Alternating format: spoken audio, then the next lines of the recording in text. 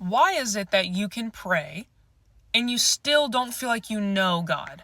You hear people online saying you need to know God. You need to understand, you need to be there, you need to have a relationship with God. Okay, what does that mean? Let me make it more clear. First off, God fully understands the human condition. Jesus was sent here and knit together in his mother's womb just like you and I.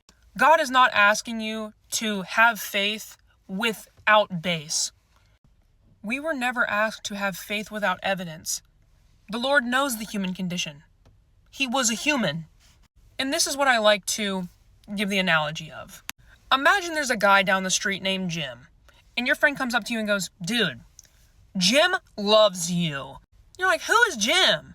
"No, Jim's this guy down the street, such a good guy. He loves you, bro. Don't be sad. Jim loves you." You're like, "Okay," but you don't know Jim. And then now, every single time you have a problem, someone is telling you it's okay because Jim loves you. And you're like, "Okay, how does that help me right now?" And then now, you're talking to Jim in your head. You're like, "All right, Jim, listen. I'm being told that you love me so much, and I'm being told that you hear me. So, please be with me today, blah, blah, blah." But there's a disconnect, because why? Now imagine if you and Jim were pen pals, or Jim gave you, I don't know, a couple 1,000-page book about who he is and why he loves you. Lessons, plans, morals, promises, miracles performed. Now you have enough information to go, "Man, Jim is low-key goated. Wait a second. I should probably meet Jim." Because now it shifts from Jim loves me, therefore I need to love him back, to understanding Jim in a way where you want to go meet Jim. It is not asked of you to have faith in Jim without understanding why. It took me 27 years to finally truly read the Bible. And when I read it, more and more I realize that this document is all the justification. I believe that every soul on this planet was put here by the same entity, right? Now imagine, here's another analogy, okay? And this is what I like to think about whenever I'm thinking about people who might not be believers in Christ, right? This is a testimony about how it feels to me to read the Bible. Imagine you are knit together in your mother's womb, okay?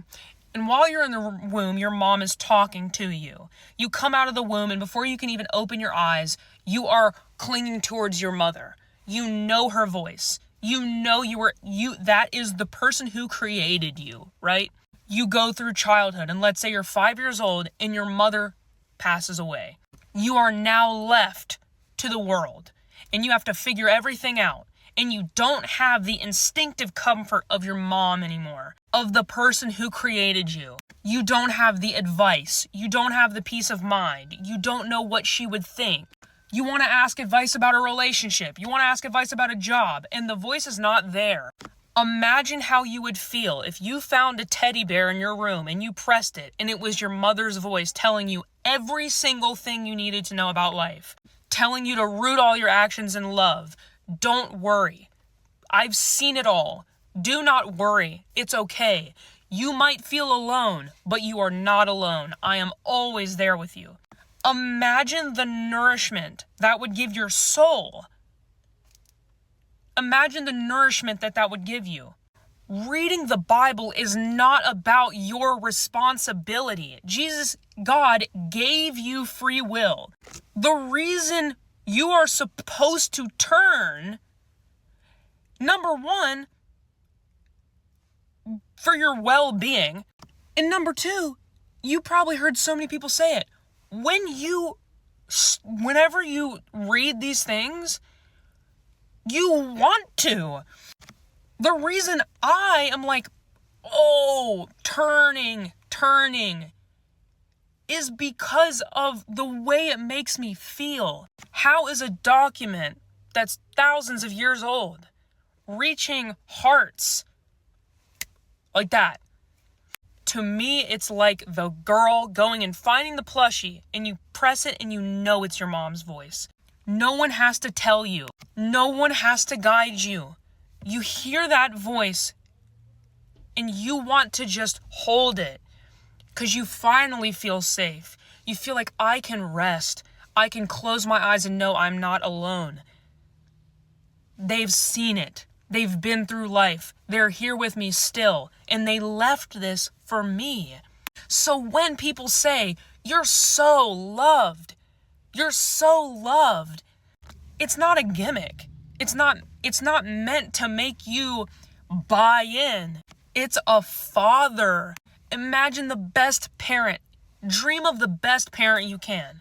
If I could give attributes for the best parent, tolerant, patient, slow to anger, ready and willing to give advice but doesn't overstep your boundary of free will, has infinite wisdom, gives you the option to mess up but is there whenever you need them. When you think about it as a parent, you stop expecting God to reach down and puppeteer you, and you understand that the role is of a dad. If you have a better relationship with your mom, think about that. It's like a heavenly parent. Jesus does not promise that we are going to be puppeteered. He doesn't say, you pray to me and I'm going to come down and move you like this. You are pushed to understand.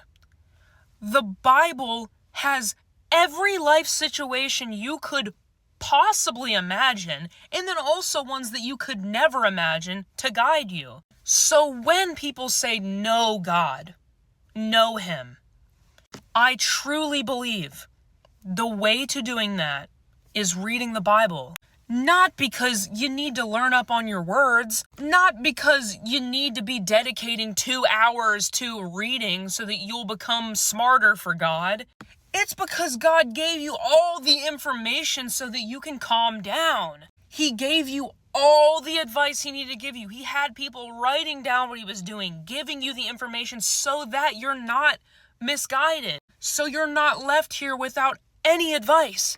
It's not given to you as a study book for school or a study book so that you're more educated. It's given to you as a tool for life, a means of understanding. So imagine the analogy about Jim.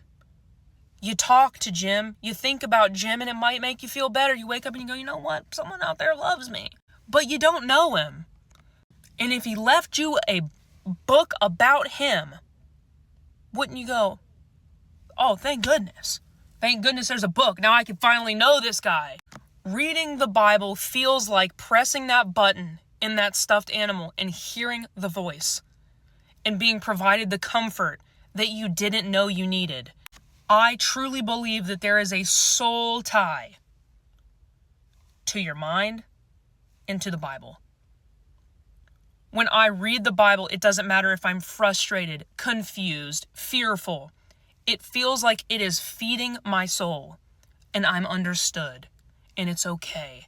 And every single time I feel any conflicting emotion, there is several Bible passages about it. And that's why it was written. Because you're His kid, and He doesn't want you to feel those things. That's the love of God. And that is the good word. Spread the good word, right? It's all out of love. It's all out of love. I hope that this reached someone. I hope it made sense. I hope that what I said helped you understand what it means. God bless you. I love you. Everything is going to be okay. That's just the way it is. When it's not okay, guess what? It's still okay. Talk to God about everything. Get in the habit of it. Lean not on yourself, lean on God. Read the Bible, not because you need to study up, but because it will nourish you, okay? And as you do that, your nervous system will regulate. You realize that it's a safety, and it's what it's meant for, okay? God bless you. Love you.